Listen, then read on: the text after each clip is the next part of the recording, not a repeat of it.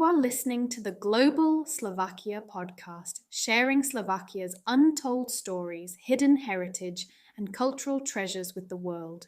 Today we travel to a town shaped by devotion and desire, by invention and heartbreak, a place where gold once flowed through stone and love through poetry.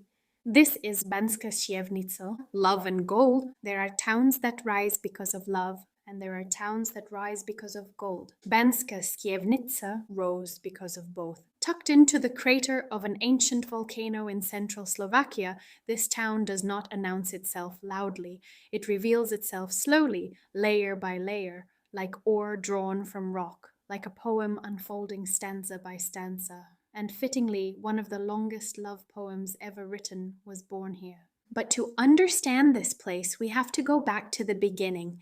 Legend says it started with a shepherd. One day he noticed two lizards on a hillside, their spines dusted with something that shimmered, gold and silver sparkling in the sun. When he lifted the stone beneath which they vanished, he didn't find reptiles. He found treasure. Those lizards are still here today, immortalized on the town's coat of arms, a reminder that in Banská Štiavnica, even myths glint with precious metal. By the Middle Ages, people came from everywhere, Celts, Romans, Slavs, later German settlers, to mine what lay hidden beneath this volcanic land. First silver, then gold.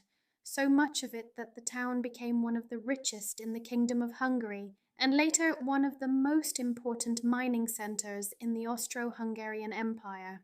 Stand on the main square, and you'll notice something curious. No two houses look alike. Each facade tells a different story, each one named after the mining family who once lived there. But the real secret lies behind them. Almost every house hides a tunnel, an adit, leading straight into the mountain. Enter from the square and you are on the ground floor. Step in from the street behind and suddenly you are 1 or 2 levels higher. When mining ended, these underground veins became wine cellars and storerooms, cold and quiet, still breathing the chill of the earth. Gold brought wealth, but it also brought ideas. In 1735, the world's first technical university was founded here, the Mining Academy. Long before innovation hubs had names, this town was already one. Gunpowder was used in mining here as early as 1627, among the first places on Earth to do so. Ingenious minds designed complex water systems, reservoirs, canals, and artificial lakes known as taji that still dot the surrounding hills. Once, they powered machines deep underground. Today, they mirror forests and clouds. At its height in the 18th century, Banská Štiavnica was the third largest town in Hungary. Baroque palaces rose, churches were rebuilt, a grand Calvary climbed the slope of a dormant volcano. Even catastrophe left behind beauty, a sculpted plague column crowned with the Holy Trinity at the heart of the main square. And yet, beneath all this progress, something else was quietly forming. A different kind of treasure. In the winter of 1844, a young poet sat with heartbreak heavy in his chest. His name was Andrzej Sladkovits. He was poor, a student, a tutor, in a comfortable household where wealth decided futures. He had fallen in love with his student, Maria Pischel, later known in poetry as Marina. She became his muse, but love, like gold, follows its own laws, and hers was claimed by someone else, a wealthy gingerbread maker chosen by her mother for security rather than passion.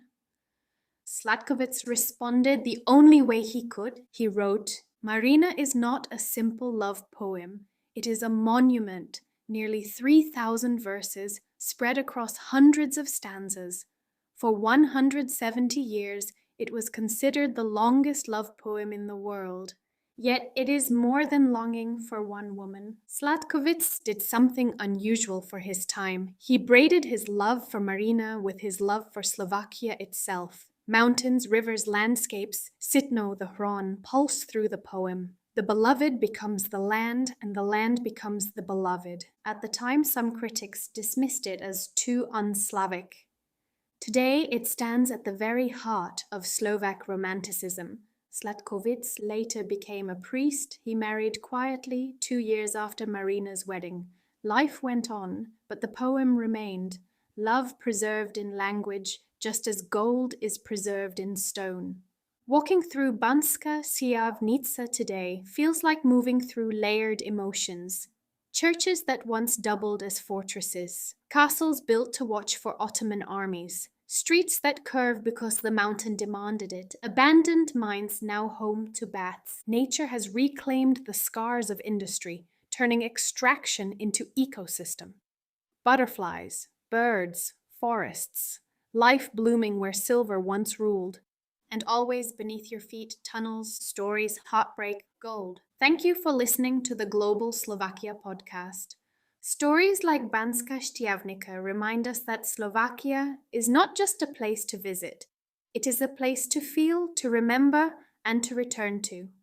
If this story stirred your curiosity, we invite you to explore Slovakia with us in person through our heritage adventures in 2026, where places like Banská Štiavnica come alive through history, culture, and lived experience. To learn more about our tours and programs, visit www.globalslovakia.com. Until next time, thank you for listening and thank you for keeping Slovakia's stories alive.